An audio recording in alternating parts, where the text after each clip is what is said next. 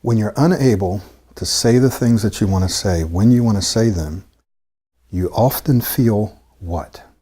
You feel how? You feel trapped. You feel limited. You may feel frustrated. We've been talking about 5 deadly stuttering mindsets that literally hold people captive like mental prisoners. You feel like you're a prisoner in your own head. You have things that you want to say in a particular situation, but you can't get it out. So you feel like you're a prisoner. And what this does is this limits you, this decreases your quality of life. It limits your potential to a degree. Now, I've worked with some very, very successful people, some very wealthy people, but they realized that as successful as they are, they have still been limited because of this stuttering mindset, because of their speech. So we've been working through a series entitled The 5 Deadly Stuttering Mindsets.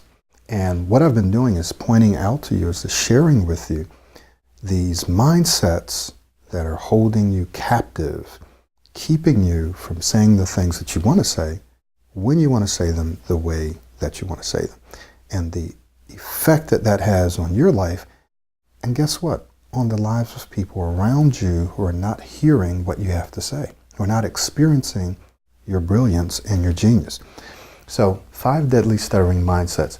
Let's just do a very, very fast review.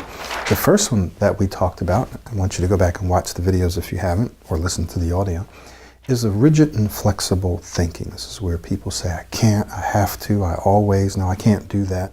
It's rigid and flexible thinking. The image I want you to get in your mind is someone trying to run their head into a brick wall, expecting that wall to change. Well, what we want you to have is more of a confident speaker's mindset, which is much more flexible and fluent. Think about a river. Think about a river. So, first deadly stuttering mindset. All right. The second one is identifying yourself as a stutterer. That is, you believe. In fact, I was just talking to someone, he says, well, my stutter, my stutter. So when people claim it as their own, you claim it as your own, it's yours, it's my stutter, I'm a stutterer, then this too limits what you do. It limits what you're capable of doing, in a sense, what you're capable of doing as long as you retain this mindset. When you create the confident speaker's mindset, even when and if you have this fluencies, you will respond and react much differently. You'll recover much quicker. It won't have a lasting effect on you. You'll still be confident. You'll still be able to say the things that you want, despite having the occasional disfluency. It will also improve your competence. That is, you will improve the way that you speak. This will improve your confidence, which will cause you to feel better, to say that you know that you can handle yourself in any speaking situation. And when that happens, you will find that you'll be speaking better. So it's a competence-confidence cycle, or confidence-competence cycle. So, second deadly stuttering mindset is identifying yourself as a stutterer. Let's now look at the third one, which is comparing ourselves with others. This is something that many people do, whether they stutter or not. In fact, many of these mindsets you can apply to other areas of your life as well. We just happen to be talking about speech and stuttering. So this third one has to do with comparing ourselves with others. When we compare ourselves with others, it might sound something like, man, how is it, or why is it that that person's able to speak so smoothly and so fluently and I'm not? Why do I have to struggle with my speech so much, to just order coffee, to order food, to introduce myself, to say the name of my company or the name of my school? Why do I have to struggle? Why is it that I can't tell jokes, or why can't I jump in a social situation if there's a group of people? Why do I have to have such a hard time and they don't? Okay, so this can be quite normal, but it can be quite frustrating as well when you compare yourself with others. It just doesn't feel good. So what I want to challenge you to do is to look at this challenge that you have, stuttering, stammering, speaking too fast, whatever it might be. Look at it like a gift. I want you to look at it like a gift. Now, I know some of you are saying, well, Michael, how in the world, why in the world would I want to look at stuttering or stammering or whatever it is as a gift? How can I look at it as a gift? And here's why I want you to look at it as a gift. I want you to look at it as a gift that needs to be unpacked and unwrapped. As a gift that needs to be unpacked and unwrapped. So you're shifting your thinking from comparing yourselves with others to the confident speaker's mindset, where you're actually looking at what you have as an opportunity, right? As an opportunity.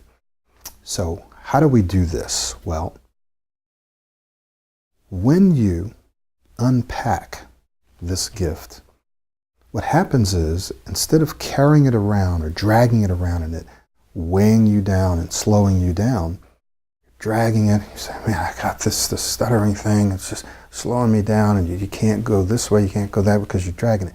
What you do is you stop, you turn around and you look at it and you go, hey, wait a minute, this is an opportunity. This is an opportunity. Let me open up. It's an opportunity to do what? To first, develop empathy. You're going to have a greater capacity to be empathetic because of what you've gone through, the limitations that you've had, how you felt. Other people are struggling with either the same thing or something similar in some other area of your life. You're going to be a more empathetic person. It's going to develop your character, right? And a part of your character is empathy. So you're going to be more empathetic. So you say, okay, well, that's great, but so what? Well, you're also going to build rock solid confidence, self-confidence. Because as you develop your speech to excellent levels, you're going to build your confidence in your ability to handle all kinds of trials and all kinds of adversity and all kinds of difficulties. Because if you can go from a person who struggled with their speech to being an excellent speaker, well, there's nothing that can stop you. There are people who see this as a disease. They see this as a permanent disability, when in fact, it's not. It's something that you can change. Now, it doesn't mean that neurologically, whatever is there that's causing the person to stutter, it doesn't mean that all just magically disappears. What it does mean is that our brains are plastic and our brains are able to rewire itself so that you can create a brand new, smoother, more powerful way of speaking despite having stuttered for your entire life. I've done it. So many people out there in the world have done it, and you can do it too. So what you want to do is stop, you look at this thing as an opportunity to become more empathetic, which helps you in your leadership and your interactions with others, right? You use this as an opportunity to build self-confidence, rock solid self-confidence, that you can handle yourself in any situation that you can. If there's something that you want to do, if there's a goal that you want to go after, you can achieve it because you've been able to transform your speech. You also, number 3, look at this as an opportunity to become an amazing speaker, right? And here's why. The same speaking skills that you'll learn in Pro 90D are the same skills that amazing speakers use, the same skills that excellent speakers use. And I'll just give you a couple of examples. People who are great at speaking, excellent at speaking, you'll notice that they have great voice modulation, great inflections. You're not going to find many great speakers who are monotone, right? Because one of the definitions of being a great speaker is probably someone who can hold an audience's attention. And a part of doing that is being able to inflect, to modulate your voice. Another part of being an excellent speaker is body language, right? Eye contact, hand gestures. Right now, I've got to stay within this range, but if I'm in an audience, I'm going to be moving around, moving into the audience. So body language, your posture, right? Your posture. All of these are things that great speakers use. Articulation. Are you articulating clearly? Can people understand you? Can they hear you? So these are just some examples of skills that are learnable. Doesn't matter if you stutter, stammer or not. These are things you can learn to do. These are all examples of skills that if you think about it, if you perceive it that way, if you change your perception, you'll see that this is an opportunity for you to become one of the better speakers around. Here's a most recent example of a client who I've been working with for several months. She's probably never done a presentation. She said maybe she did some or one in grade school, right? Some 25 years ago or something like that. And she recently did a Toastmasters and won a few awards. People said, you know what, you should have gotten #1, right? You should have been the winner, #1, because it was so, people were saying, I've never heard a speech like that before. One of the best speeches I've ever heard. And I can tell you that she's an amazing speaker now, but when we first met, she would have never imagined that she could have done that. Now, she's just one person. I've had hundreds of people go in, win Toastmasters competition. So someone says, well, okay, so what, anyone can do that. Well, they've gone into their jobs, they've gotten better jobs, people have given them more responsibility because of their speech. They've been on TV, they've been on radio. So it's not just one person. That's a recent example of someone who went from never giving presentations to being one of the best speakers in the entire Toastmasters chapter, right, for that particular time. So this is very real. This can happen to you, but you have to look at this like an opportunity. So you stop, you take a look, and you unpack it, and you say, wow, this is an opportunity. And then you unwrap it. Now, what's the unwrapping process look like? That's just simply you going through the process of changing your mindset and working on your speech, right? That's the unwrapping. So as you unwrap it, you actually start to see your mindset shift. You become more confident, the confident speaker's mindset, and you find yourself speaking smoother, right? So this is also a part of the confident speaker's mindset. And what I want to encourage you to do is, if you want to continue, if you want to go deeper into this, you're going to want to click the link in or around this video and check out our 6-week Confident Speakers Success System. We'll be meeting once a week for 60 minutes, right?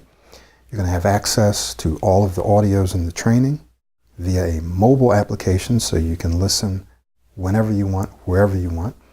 You're going to have access to a community where we can interact, you can leave comments. You're going to have access to my AAA formula for powerful, persuasive speech, so that when you speak, people listen. They want to listen. They are more open to being persuaded by you, to being influenced by you, more open to hearing what you have to say, because you have the confident speaker's mindset and you're physically able to speak well, right? So I'm going to be sharing with you my AAA formula for powerful, persuasive speech. So let's just talk just a little bit, just a couple of minutes about that. The three parts to this formula that we'll break down over 6 weeks is authenticity. So briefly, have you ever met someone and you just didn't feel like they were being real? There's just something a little off, a little fake about them. You and I we send out vibes, right? So I'm not getting a good vibe from that person. People call them vibrations, but we all send out vibes. There's just certain things that our intuition tells us, there's something a little off about that person, right? So you want to be a person who's authentic. You're being yourself, and you are improving and increasing and reaching towards a better version of yourself. So it doesn't mean you have to stay the way you are. You can continue to improve and become a better version, an ideal version of yourself.